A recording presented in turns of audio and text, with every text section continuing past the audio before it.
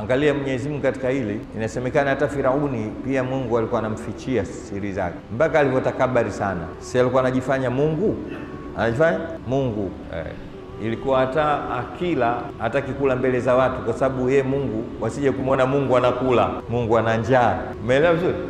Kwa hiyo alikuwa akitaka kula ana chumba chake maalumu, anaingia huko, anajificha, anatandika kweli kweli, kisha anatoka kashiba, Mungu wenu tena nishakuja. Siku moja kuna mtu aliingia ghafla, alikuwa kaweka tende na maji, anakula, ana wasiwasi. Akaingia mmoja katika maumali wa mle nyumbani bila ya kujua kama mzee yuko kule chumbani.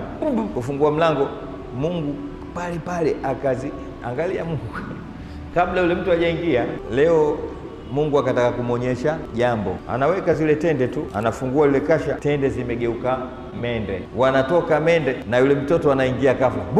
Unajua kilichotokea? Oya, mbona nishtukiza, mwenye nafanya kazi ya kuumba mende huko.